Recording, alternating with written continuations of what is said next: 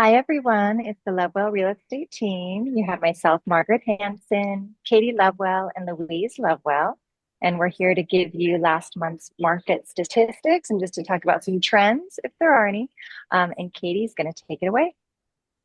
Okay, so again, we go to Bay East, our local real estate association, and it puts out these numbers every month, and we're going to start in Fremont. So overall, we're seeing most cities, which is very typical for this time of year, with prices going up. Typically, we start to see that in January. There's definitely been some anomalies, and some things have little peaks in usually December, like Fremont have a peak in December, and usually that's the lowest time, and then prices just go up. But as you can generally see, at least for Fremont, they did come down in January, but they are heading back up, which is just very normal for the springtime.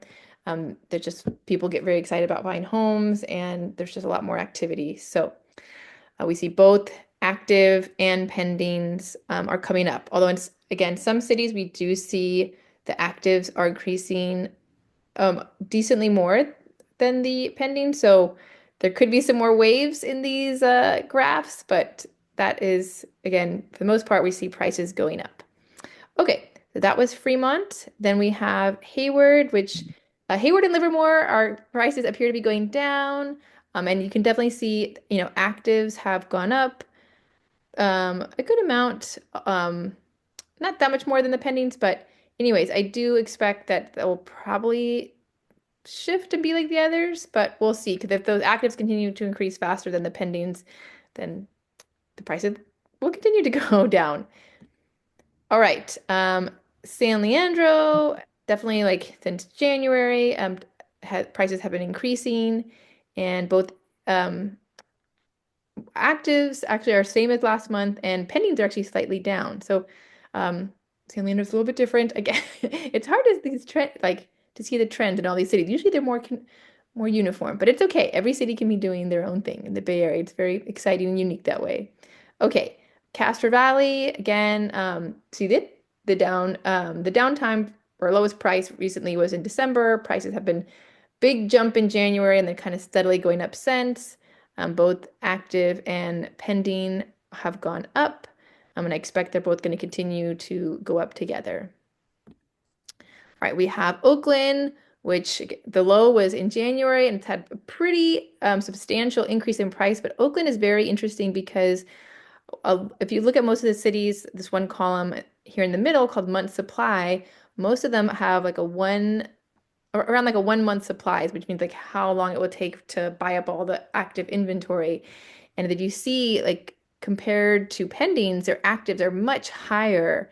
And so it's very interesting that prices have come up so much because I would expect with this huge amount of inventory, prices will start to go down. But I don't know. Oakland's just defying logic and we'll see what continues to happen with it. But I would expect that numbers will shift the other way, but we'll see. Everything's more volatile right now with the economy and everything else.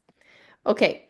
Um, Alameda, actually, I stand corrected. I only said Livermore and Hayward had those slight downward trends, but Alameda also went down in January and up in February, showed a slight downward trend in price for March. And actives have much more increased. So the pendings actually went down, but actives went up. So it actually might continue to go down a little bit. So those of you thinking of buying Alameda, that might be a good time. Um, but that is Alameda. Berkeley, most like it's similar to the other cities in that we generally see an upward trend with prices. Both active and pending have gone up, and I expect they're going to continue to do so. Lafayette had, unlike a lot of cities which had like not the valley, the low point was in January. It had a high point in January, but it came down in February and then back up in March. So again, every city, very interesting.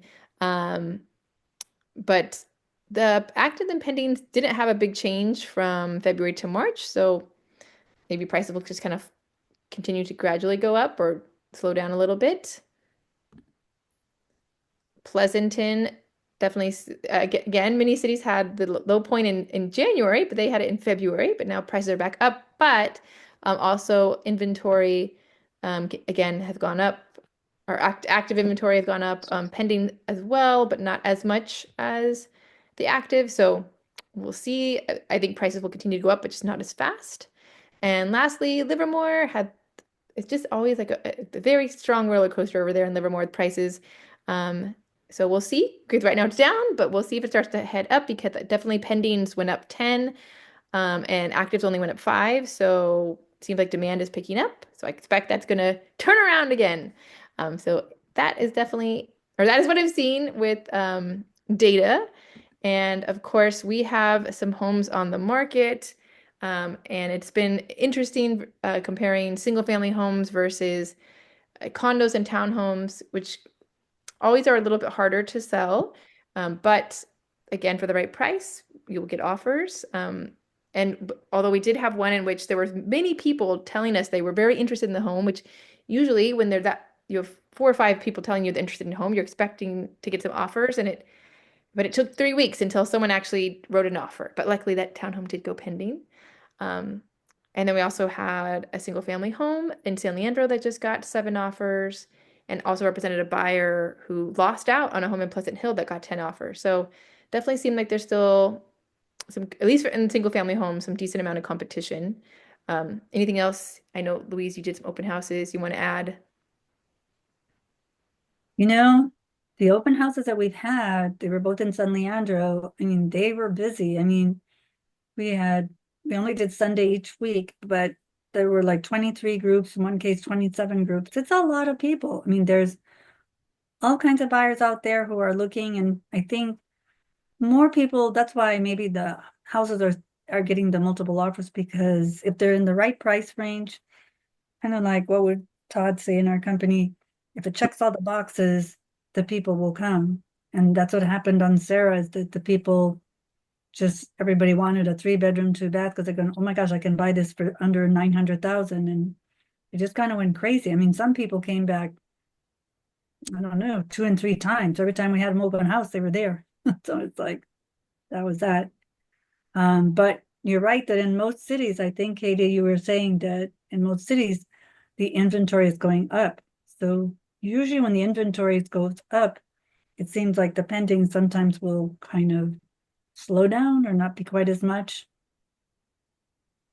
That's kind of my thought on it. What do you think, Margaret? Yeah, I mean, I agree with what everyone said, and I think that in general, probably we've heard a lot of people be a little nervous whether they're thinking of selling and saying, "Oh my gosh, like the stock market, the economy in general is just so volatile. Is this a good time to sell? Are people still interested?" And I think that what we're seeing with the numbers and just with our own listings and open houses is that the Bay Area kind of defying most norms. The activity is still there, inventory is there. There are a lot of buyers out there, so not to say that we won't be impacted, but the market still seems pretty strong. Wouldn't you guys say? I'd say so. Yeah, I would Okay, agree. so, and in the right, it's kind of like the right price. If it's the right price, the buyers will come. No different than the one in Pleasant Hill, no different than the one in San Leandro. Um, People want home ownership because it, I mean, even though the stock market has gone crazy up a little bit, or crazy down and then a little bit back up, home is something that's tangible. You can live in it, you can feel it, you're breathing it in, and it's like people like that. So even if it goes down a little bit, they know at some point eventually it'll go back up. It's like I always tell people, be in it for the long haul. Be in it for the long haul.